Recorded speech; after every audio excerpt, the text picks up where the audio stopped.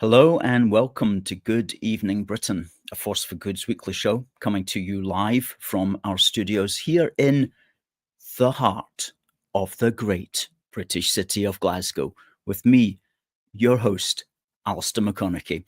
We are broadcasting on all our digital platforms throughout the United Kingdom and across the world. We're bringing you quality pro-UK comment and analysis every Wednesday from 7 p.m. on Facebook, on YouTube, on X, and also on TikTok. Please, folks, do send in your greetings. Please do send in your comments, and please do send in your questions on this rather chilly evening on Wednesday, the 19th of November 2025. As always, we have a packed show for you. At the bottom of the hour, we'll have our good friend of the show, Damien Davies from CheshireCatMusings. He'll be coming in. He is our guest. We'll be speaking to him for 25 minutes. Prior to that, we are going to be examining the big news, as far as we're concerned, of this week, which is the Home Secretary's white paper, Shabana Mahmood's white paper, which was released on Monday, the 17th. It's entitled Restoring Order and Control, a Statement on the Government's Asylum and Returns Policy. And it is really quite big news, I have to say. And of course, we are going to ask, is it the answer to our woes? And we'll give you our considered opinion on it. It's fairly detailed and there's a lot of it, so we won't be able to cover it all tonight, but we're going to look at what we would regard as the main points of it. And folks, it is definitely a step forward. It's definitely a step forward. And we can see that. We can see the pelters that Ms. Mahmood has been taking from people ostensibly on her side, calling her ugly, divisive, evil, cruel, monstrous. All of these words have been used to describe both poor old Shabana and her white paper. And so we're going to be asking what's going on there. Hello to the people who have just come in.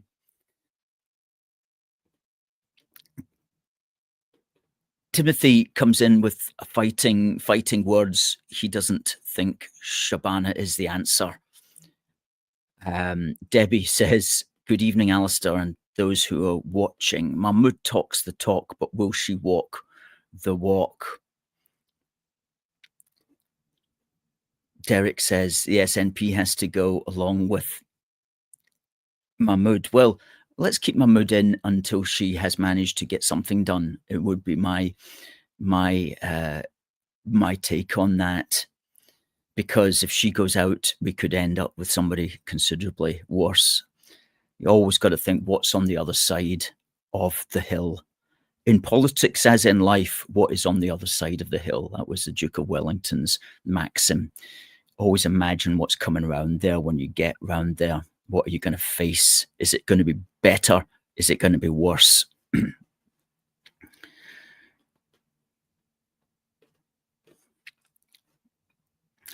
Oksana says hi to you, and hi to Paul from a train travelling through South London back to Kent, the Garden of England. Oksana says it's beyond freezing in Glasgow. I think it is. It's suddenly probably the coldest day. Well, it is the cold. I can't remember what it was like in January or February, but I'd say it was the coldest day this year.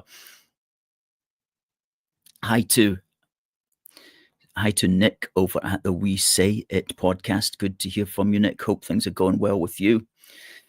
Catherine has reposted this stream, and thanks for reminding us and all the viewers. Catherine, if you're watching on X, please give us a repost.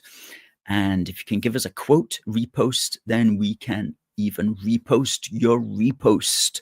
So please do that. Really helps to get the message out on X. We get quite a few viewers on X. If you're on Facebook, give us a like and a share, please. And if you're on YouTube, give us a like, give us a thumbs up, drop a comment. All of that helps. All of that helps. Hi to Anthony and to Derek from Armadale and to Kat. Kat, I hope that the parcel arrived intact. Please tell me if it did. We went to some effort to ensure that your purchase from our shop would arrive safely. Which just reminds us, folks, if you're looking for Christmas gifts, do check out our shop at aforceforgood.uk/shop-1. Some good ideas on there for Christmas gifts. What does this button do? Says Labour start a flow of ever-increasing illegals from France on the year that they lost the referendum. And you suggest it's a form of willful disruption. Well, it certainly helped it. Now, let's have a wee look at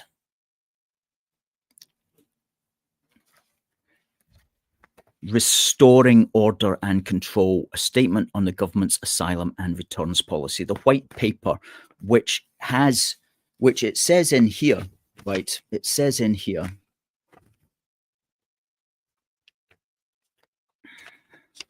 that it is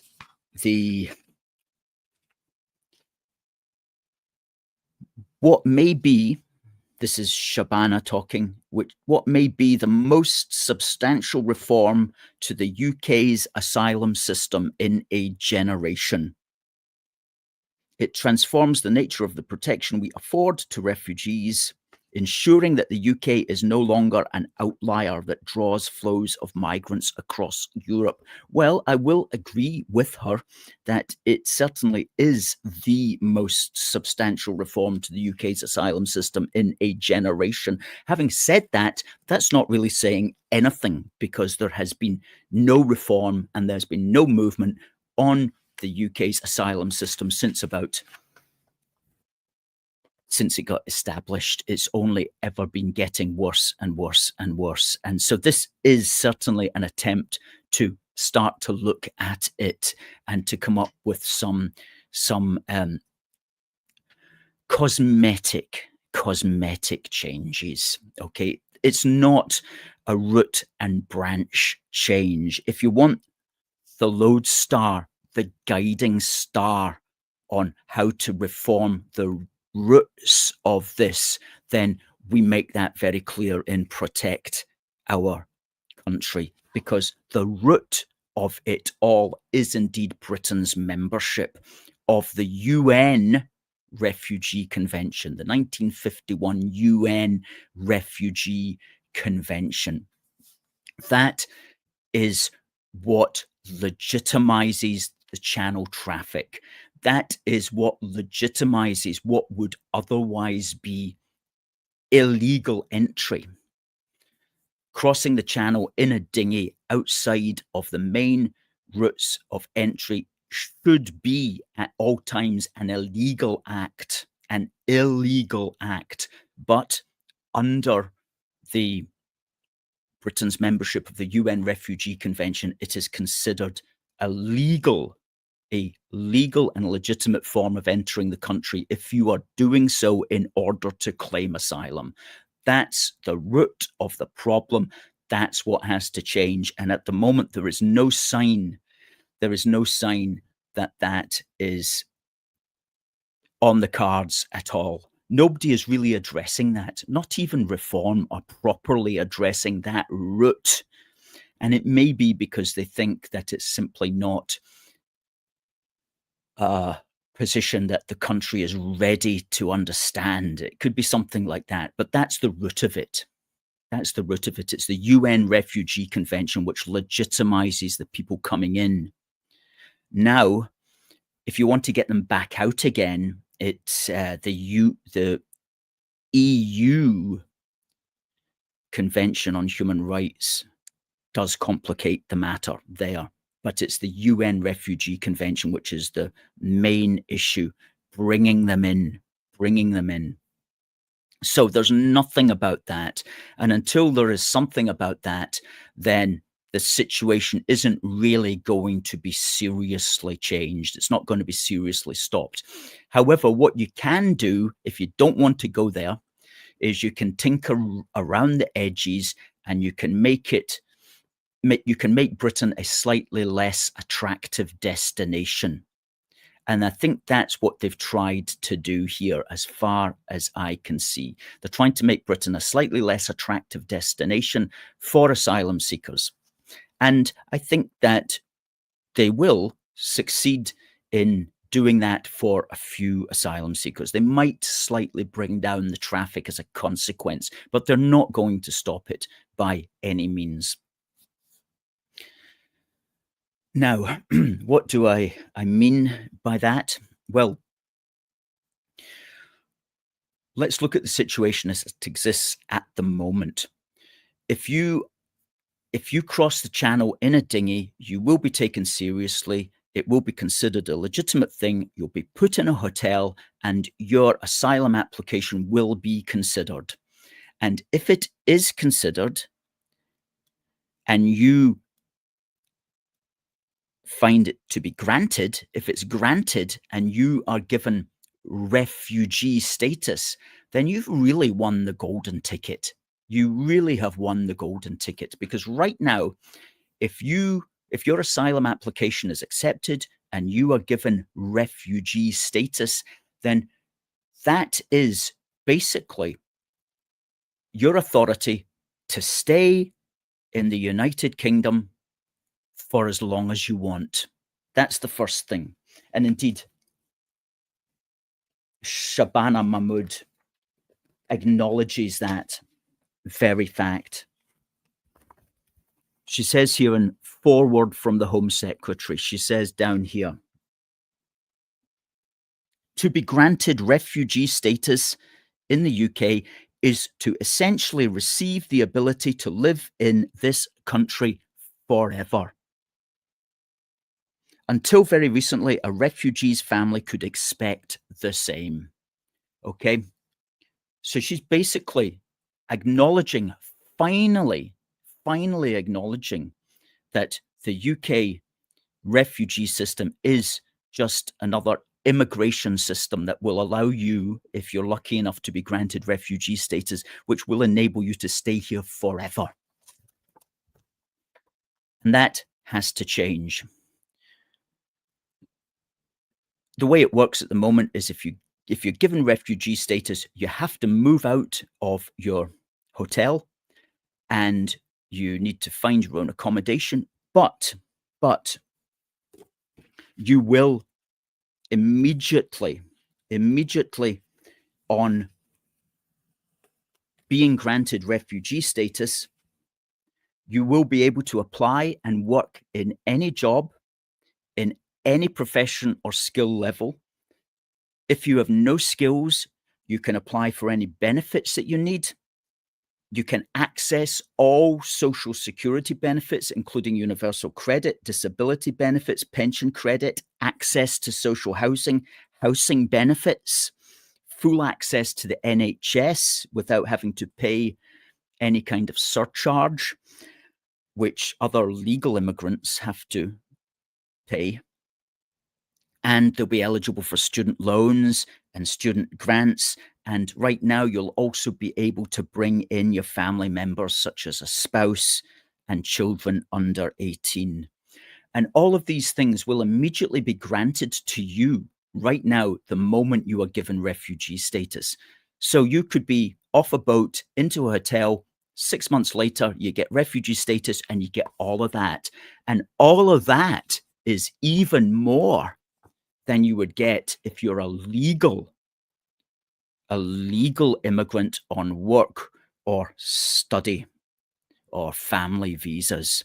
So a refugee actually has access to far more benefits and more work opportunities than a legal immigrant who's come in on a specific visa, which enables them only to do what is within the bounds of the work visa, and which also requires them to pay an NHS surcharge and so on. So we're actually at the situation where you'll get full access to the benefit system quicker as a refugee than you will as a legal immigrant. So it's, as I say, you've won the golden ticket and you can stay here forever if you want.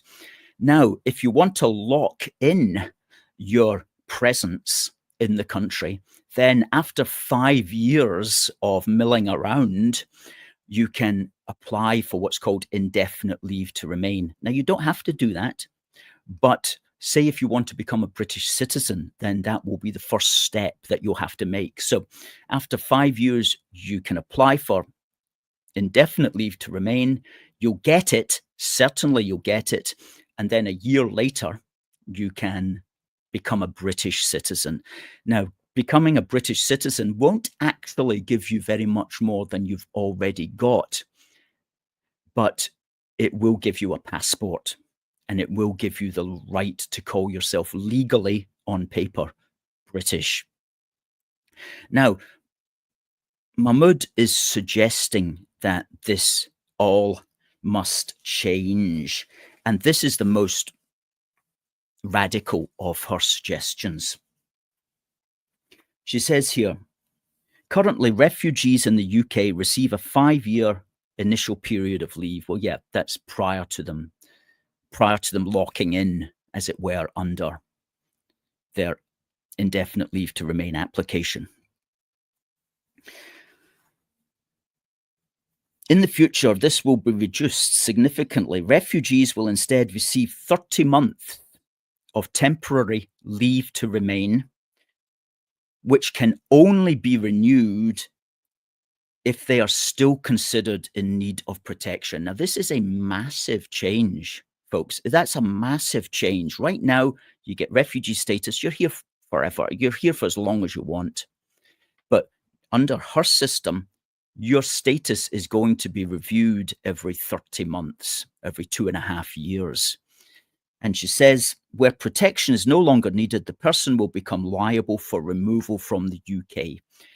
Now, if that was to pass, then what that will do is it will put quite a few people off coming to the UK, because a lot of people are coming to the UK because they know that as soon as they're given refugee status, they get this golden ticket, they get everything showered upon them, and they're here forever if they want.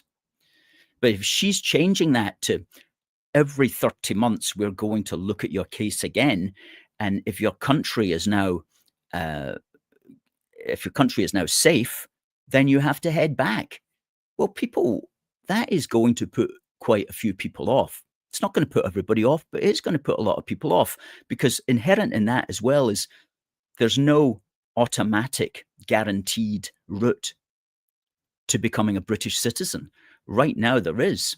Right now, you stay in the country for long enough, you will get your indefinite leave to remain after 5 years, and then a year later, you can become a British citizen. What she is suggesting is it's going to be a longer path to settlement. In the future, there will be no path to indefinite settled status until a refugee has spent 20 years in the country, an increase on the current 5 years. And so right now, you can get your indefinite leave to remain after you've been milling around for 5 years. She's saying here it's going to take you 20 years before you're going to get any kind of settled status. So that is a big, big change, and that cannot be overlooked. And that is the best thing here. What is the best thing? This is the best thing here. Definitely the uh, the shortened leave to remain. Now, will this actually happen? Remember, this is what's called a white paper. This is her suggestions. This is what she'd like to do. All of this has to get put into an actual legal form, and then it has to go through Parliament. And I'm joking, I'm laughing at this stage because can you imagine the upset this is going to cause when this goes through Parliament? Half of Labour are going to be up in arms about everything here. Interestingly, the Tories have already said that they will support this. So the Home Secretary can rely upon the Tories to support the bill. And so while there'll be a lot of Labour and Lib Dems and SNP and Greens voting against it, at least she'll have quite a few Tories and the Reform people on her side. So will she get this through Parliament? Possibly, but possibly in a much reduced form. However, the good thing is that she's getting everybody talking about it now. She's got this debate started. And from this debate, we can take it on to other things. She's normalizing this debate. Let's see what a few of you folks consider.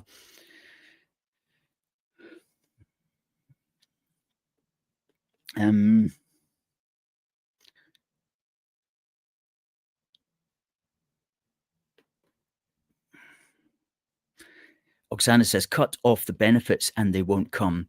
Yes, she does speak about this. Now, she has not told us where the benefits are going to fall on this.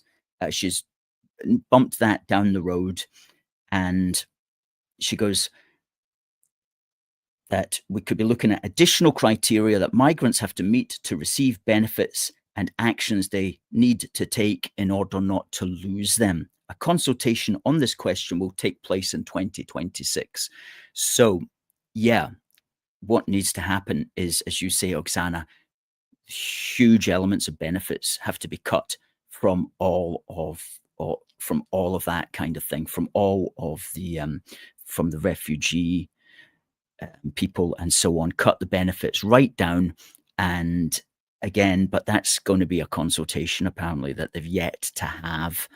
But that's a major part of, again, making Britain far less attractive to all of these so-called economic migrants.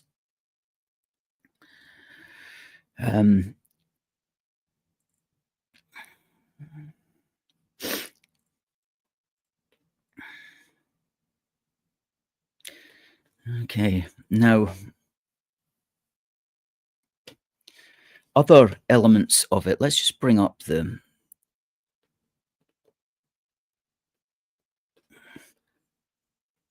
let's go ahead back here to the appendix. This can be downloaded. We'll fire out the link for this in the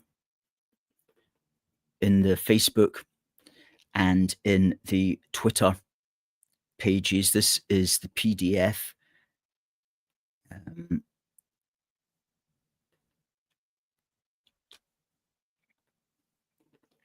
It's only 32 pages, so there's a lot that's kind of been, a lot of the detail here has been left out. But it's divided into several parts. And if we go down here,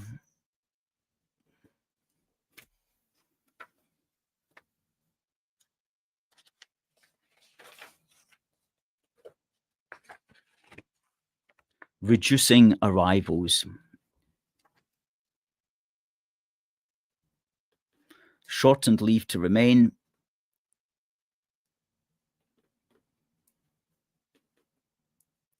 and much longer path to settlement. That's the biggies.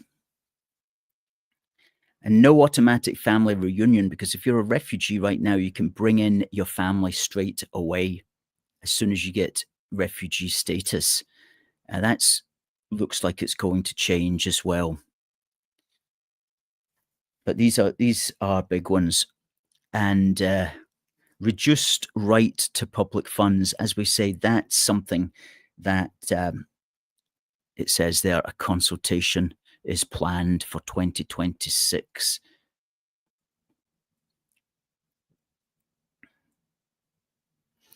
She also wants to end hotel accommodation. Now, she put out a poster last night, which we've got um, quite a quite a remarkable one. There we go. Sorry, we're closing. I will close every single asylum hotel. This is Shabana Mahmood on X yesterday. All asylum hotels. We have already halved the number of asylum hotels since its peak in summer 2023. We will close every single asylum hotel, moving illegal migrants into military bases. Moving illegal migrants into military bases. Okay. Now, that's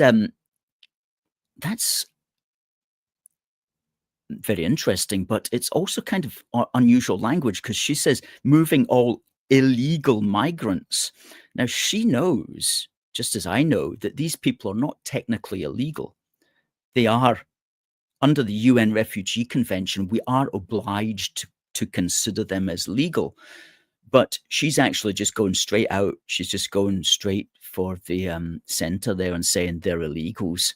So even that kind of language is quite surprising to hear coming from a Labour Home Secretary. She's not technically even describing them correctly.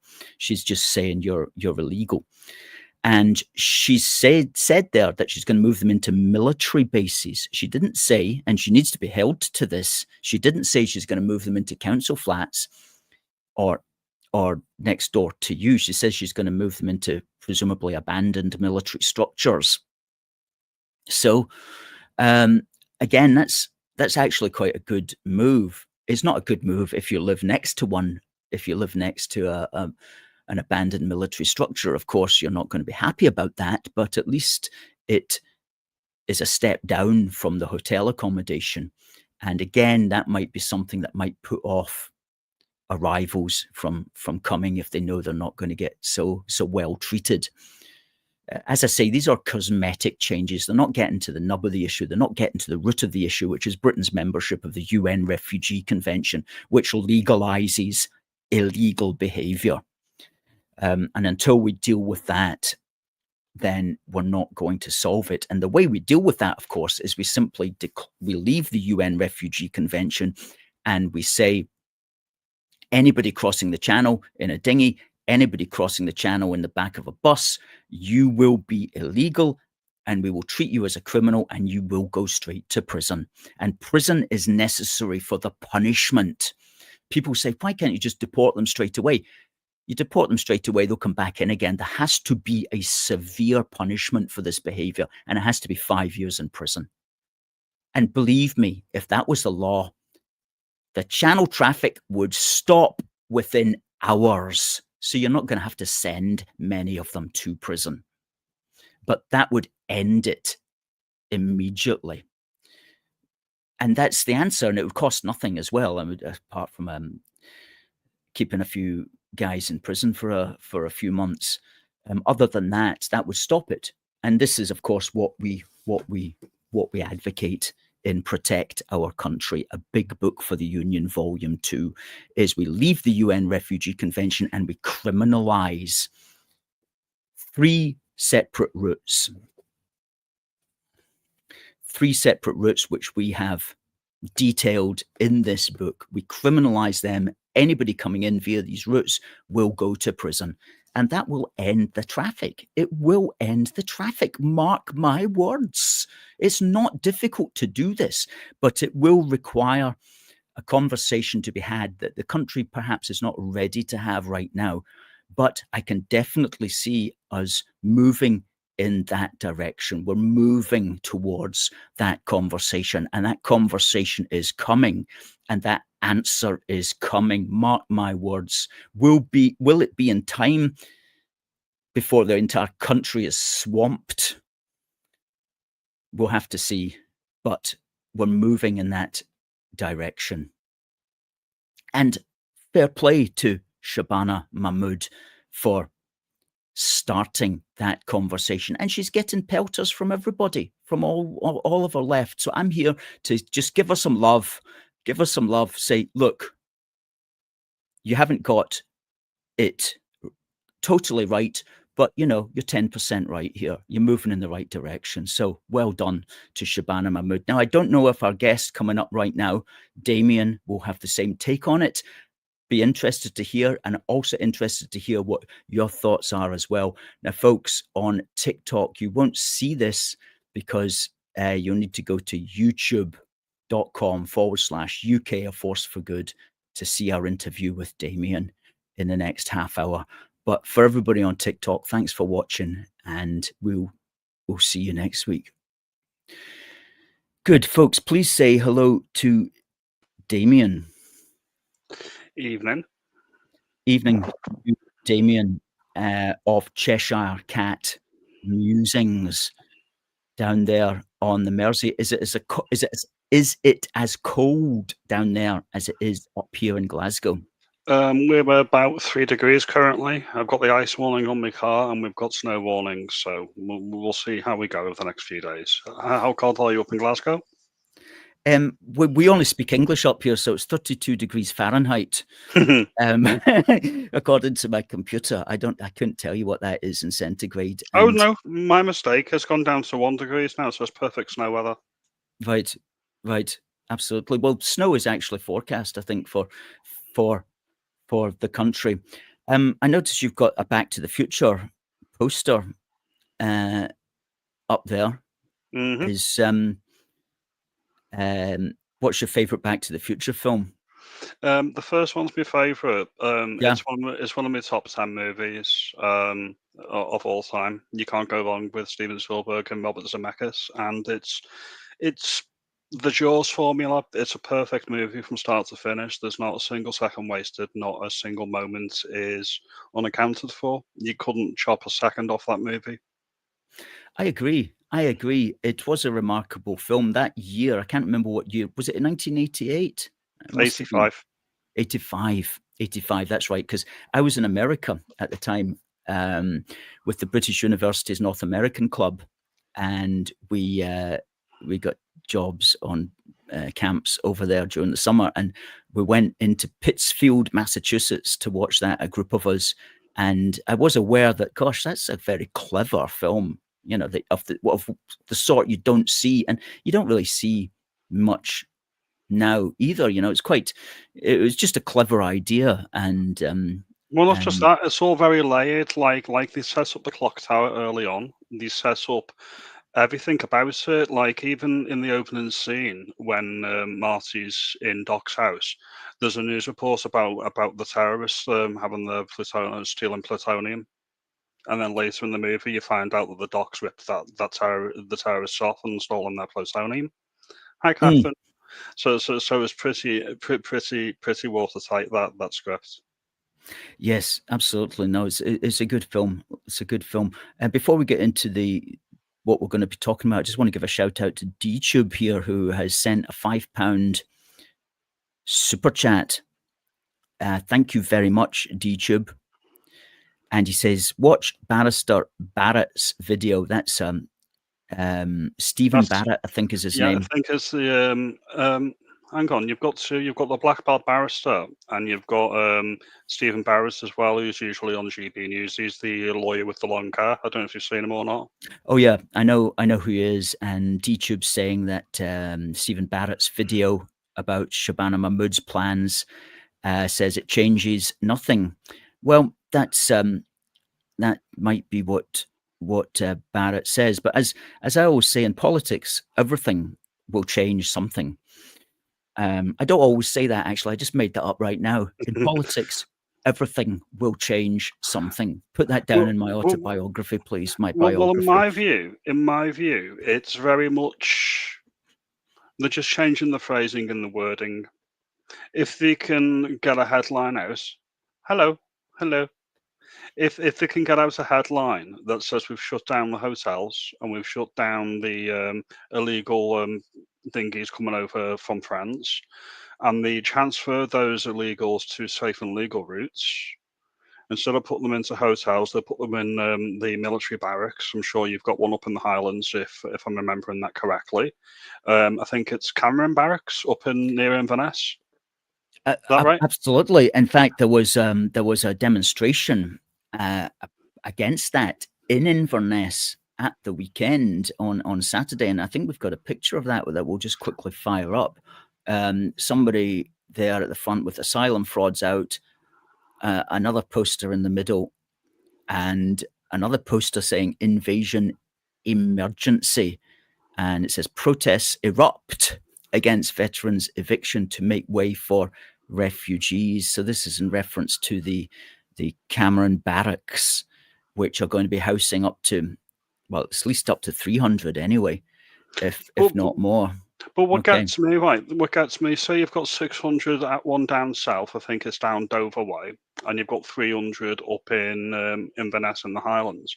That barely touches the size, that's under 1,000. That's a day's intake on a good day. That comes over. I mean, what we're going to do with that? We're meant to applaud this. Is this meant to be some sort of big win?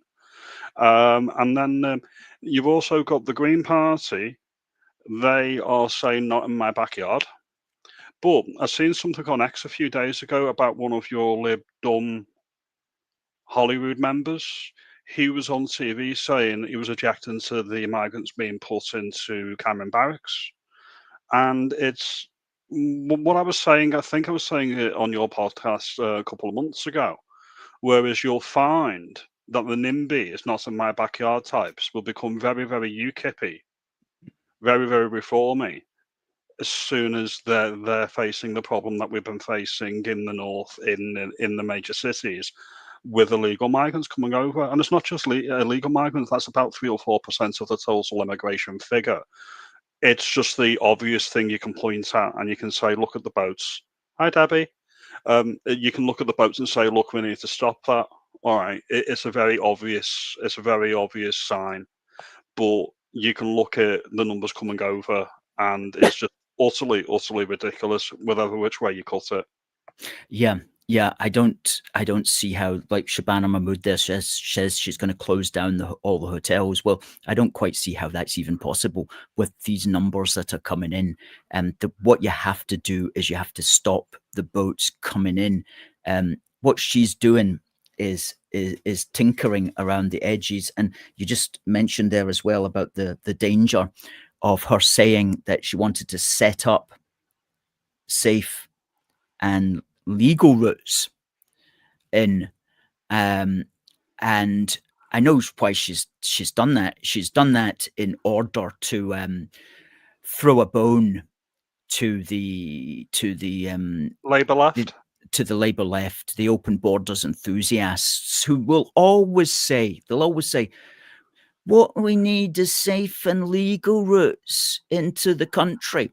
So she said, okay, then here in the last 2 pages of this document, I've spoken about safe and legal routes, and they've completely ignored that. It's like they don't want to know. They have given her no credit whatsoever for any of that. Instead, they've just preferred to blanket attack everything that she's done. So in other words, they have revealed themselves, because their calls for safe and legal routes for such people is clearly just rhetoric, which is intended to hide their true belief, which is that people like you and I and our viewers are not entitled to even have a country in the first place, and that having the audacity to think that we should have border control is just not legitimate. We're the problem for mentioning it, Alistair. That's what you need to remember. I mean, we should just shut up and take what we're given. If you don't do that, you're a far right bigot. You're akin to a mid-century German. What do you think? Like Hello. they have disdain for us? I think, yeah, pretty much, you've got two types of Labour politician. You've got the ones that actually ignore you. Hello, Craig. And you've got the ones that think you want socialism. So there's two types of Labour politician, and the ones that ignore you would be the liberal class, the champagne socialists, the ones, the great and the good. Your Emily Thornberrys, your Harriet Harmans, your Keir Starmers. These are the people that will class the entire working class as far-right bigots and thugs. And then you've got the ones that think they're being nice, like Lisa and Andy, who will hold up a placard that says refugees welcome and offer you some socialism like your free school meals if you're in England and your breakfast clubs. When people, from what I understand of working class, being a working class man myself, is we don't want handouts, we want the opportunity to make our own money. Yeah, absolutely. Yes, there does seem to be a kind of sneering, I think, among some people against the interests of the wider British public, working class or otherwise. We're all getting it in the neck, no question about that. Yeah. Me personally, I don't think that these reforms are going to make much difference, if any difference. It's literally if you've got a spreadsheet that says illegal migrants and legal migrants, they're literally moving them from the illegal category into the legal category. When they say they're reducing hotel numbers, what they don't actually tell you is the hotel numbers may be coming down. They're actually being sneaky about it because they're closing smaller hotels down and opening larger hotels. So the actual headline figure of hotels comes down, but the occupancy of those hotels is higher. Oh yeah, I see what you mean. Yeah. And again, your SNP are quite huggy, tree huggy types, aren't they? Like refugees welcome, but they're kicking off as well about all these migrants being dumped in Inverness as well.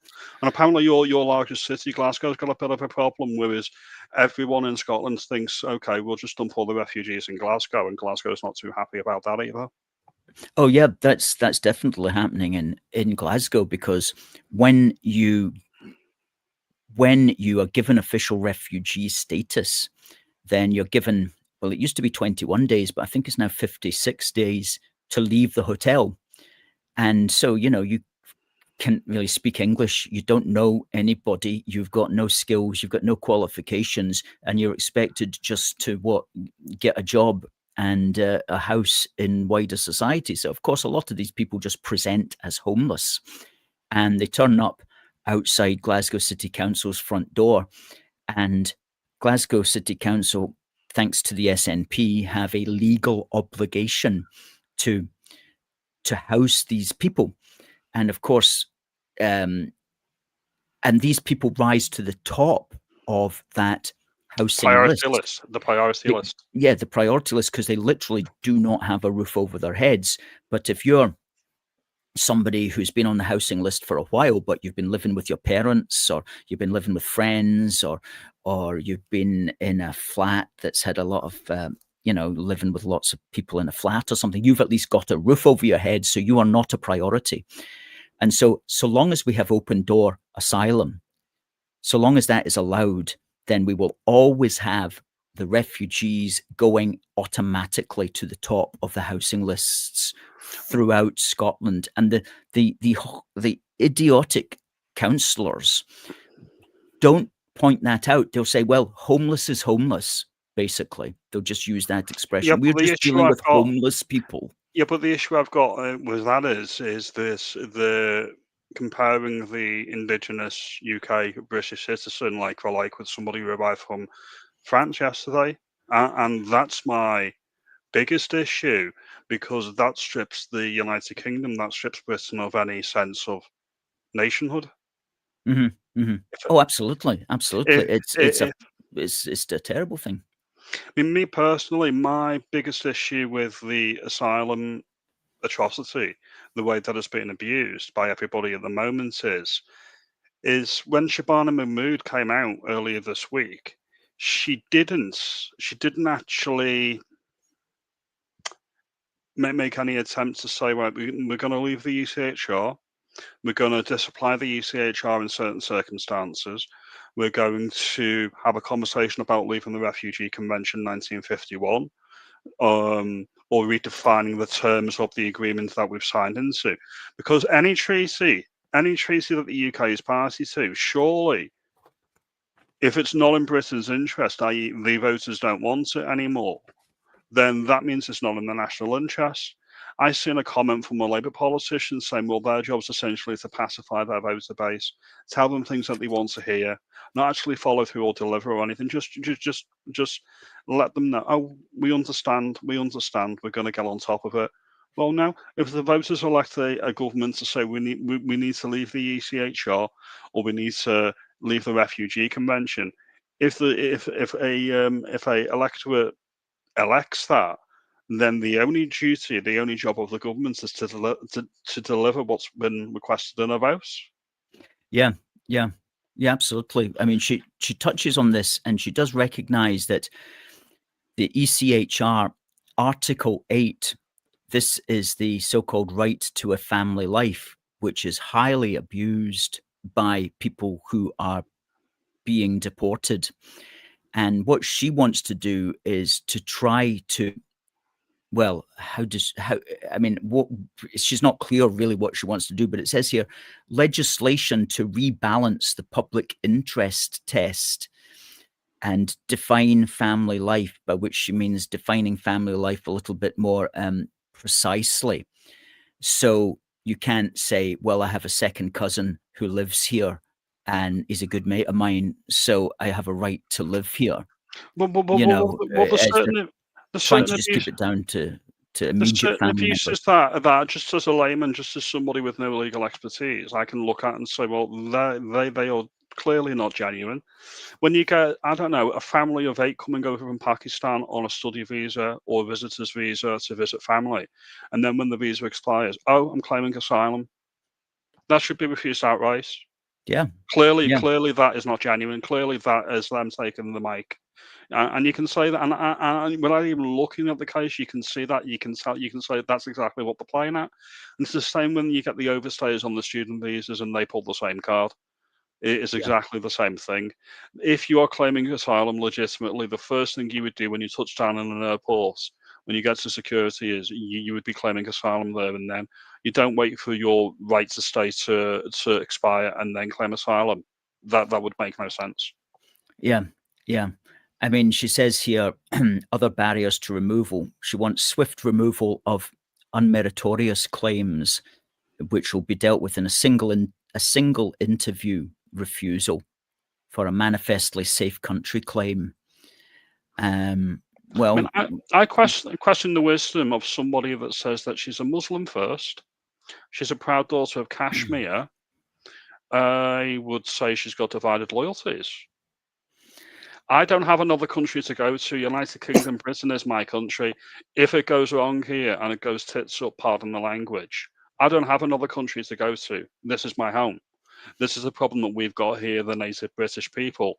Whereas if Shabana Mahmood, if it goes wrong for her, well, because of her ancestry, she could go back to Pakistan.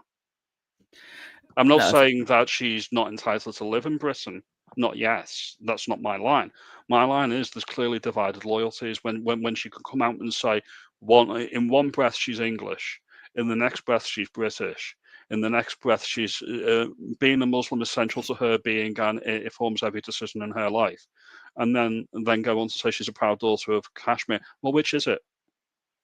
Well, it's a good point. It's a good point that you make, and I think that it's quite understandable that one could look at some of those folk and say, well, do you have a divided loyalty? Because when I was looking at quite a few of the people who are opposing her in the House of Commons, they're all what in a previous day and age we would have just called foreigners. You know, they're like literally these are people from another country, and they're making the laws for our country. So but that's where we are. You know, that's where we are. That's what we're stuck with.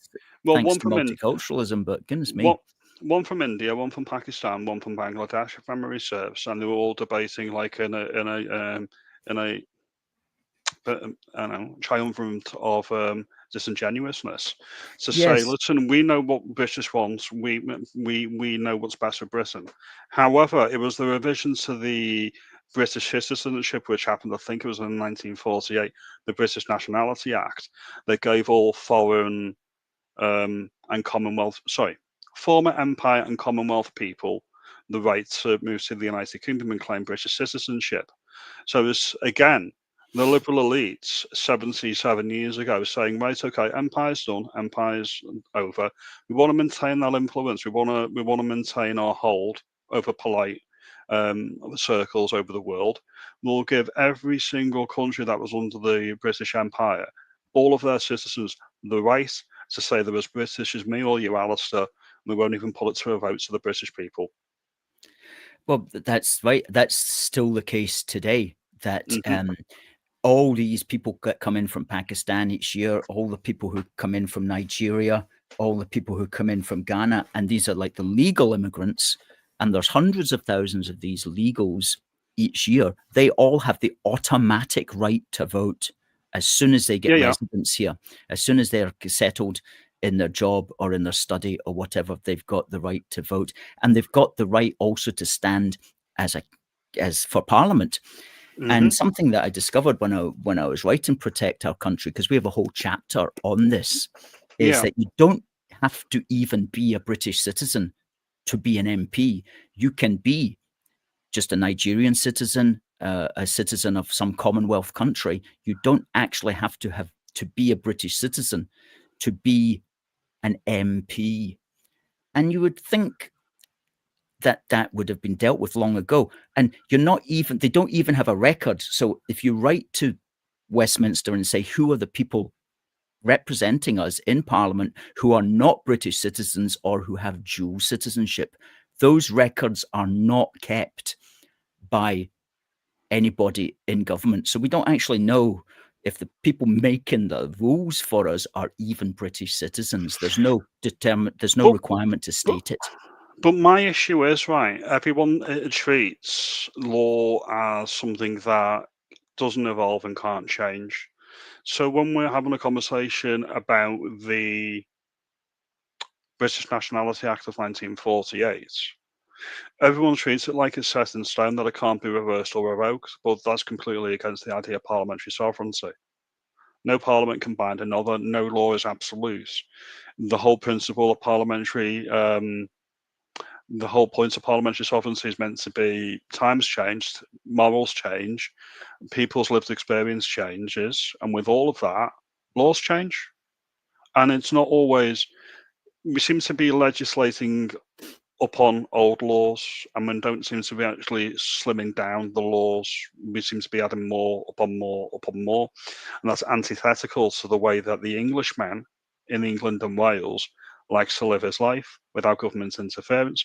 I don't know before the Act of Union if Scotland had a similar position. However, in England, it was said that, say for, I think it was the postman, you could go your entire life without interaction with the government because there was no need for you to interact with the government at all. I think it was the postman and the taxman. Yeah. And even those aren't direct. But now it's online safety bill, all this nonsense, digital ID, all this nonsense, just all this stuff is like further intrusion upon everything and everything. And when they say to you, right, raising the flag, I noticed they're very quick to take down the SUTR up in Scotland. The SNP are very, very quick to take down the SUTR when it's not appropriated for their purposes. If a flag's divisive, that tells me that you don't belong in the country. If you find the national flag, either the SUTR, the Ulster banner, the Welsh flag, the English flag, or the Union Jack, if you find these flags divisive, I suggest you don't belong in Britain. Well, yeah, absolutely. Many people would totally agree with that. It says more about them than it does about you. Yes. Well, we made a Freedom of Information request about Stand Up to Racism, who claimed that they were verbally attacked and threatened and had their equipment broken by the very person who put up these SUTRs and lion rampants. And that was the review. That was the report on the 9th of October in the National. So we made a Freedom of Information request to Police Scotland. And Police Scotland got back to us beginning of last week, and they said, we have no record of this matter being reported. The information sought is not held by Police Scotland. So in other words, that was just a complete load of nonsense, which was made up in order to justify these crazy people's removal of, as you say, saltires and lion rampants, which they must have felt, look, we have to make up a reason for why we're removing these to justify our stupid behaviour. Anyway, we caught them out. Damien, it's coming towards the end of the hour. Thank you very much. Now, you're at youtube.com/at CheshireCatMusings, all one word. Folks, please do head over when this stream is finished and give Damien a subscribe. Give him a follow, please. What I would say is, good work. I put a Freedom of Information request into the Home Secretary when it was Wyvett Cooper. And I also put one into my local council, which is Halton Borough Council.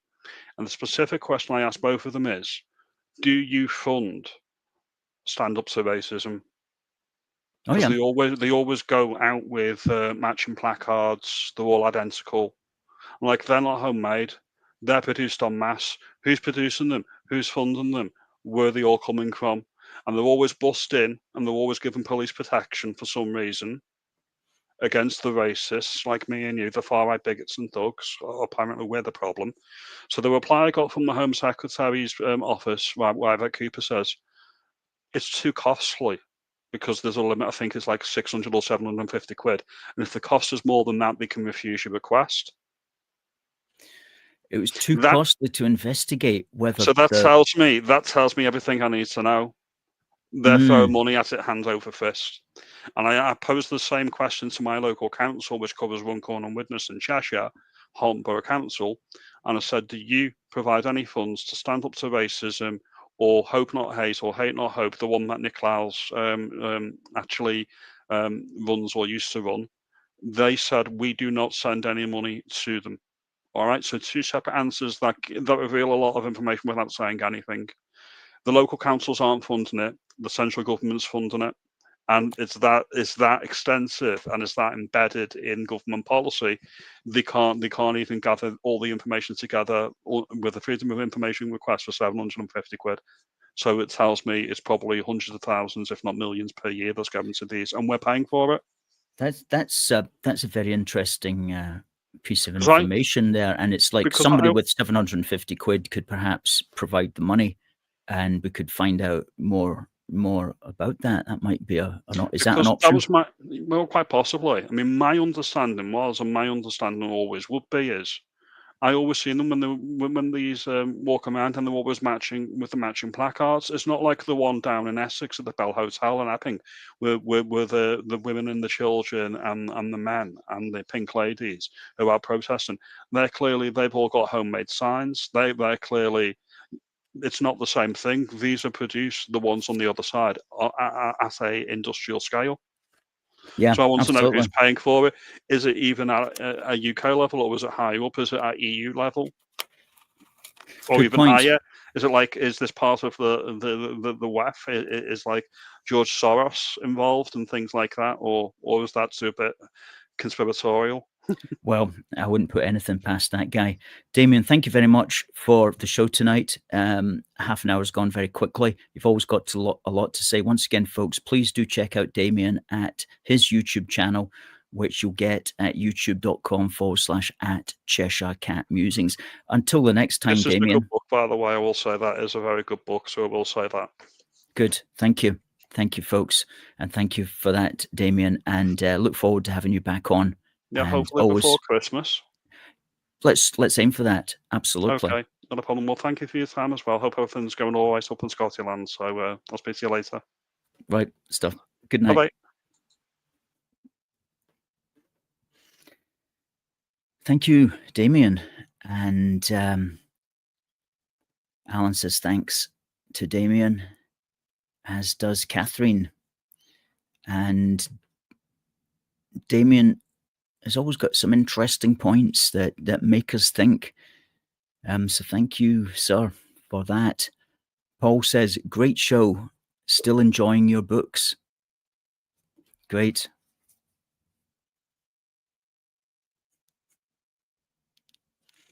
all you need to do, folks, if you want this, which is the true message, the message that Shabina Mahmood needs to move towards and embrace fully and completely and totally in its entirety, can be found in Protect Our Country. This is how you get to the real root and branch changes. And as we said in our show, at least she's moving the discussion in the right direction. And we know that because of all the hate that she's getting from the people who are meant to be on her side.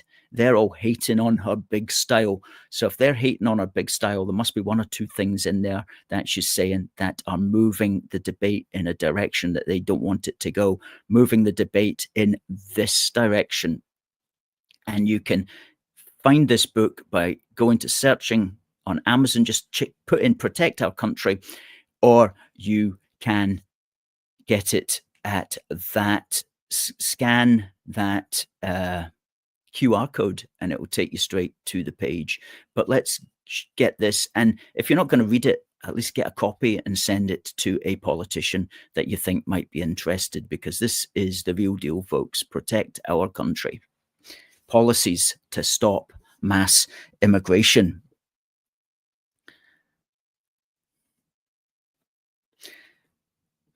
Now,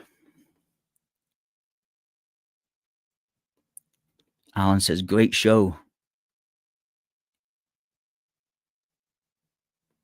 At least some of us do know what's going on in Britain. Not a whole lot of support for Shabina in the comments, I have to say.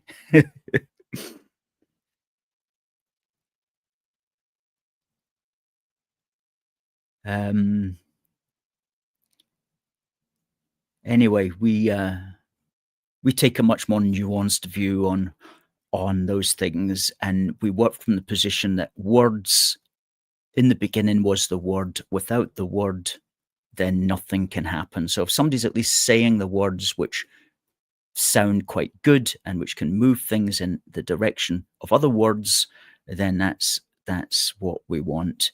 And so we'll see how it all goes. We'll have much more to say about this when we've studied the proposals in depth. And folks, you know that in 2026 they're going to be talking about it all the time and so on. So there'll be a lot to say. And what we can say is that we, all of us who believe these things, will have more opportunities to get our point over, and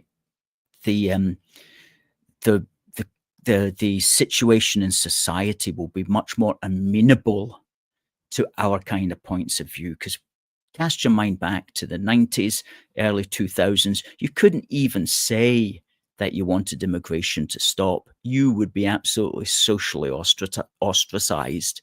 Now we've moved significantly to the point where you've got a Home Secretary who is at least moving things in the right direction. So we'll see how all of that goes in the great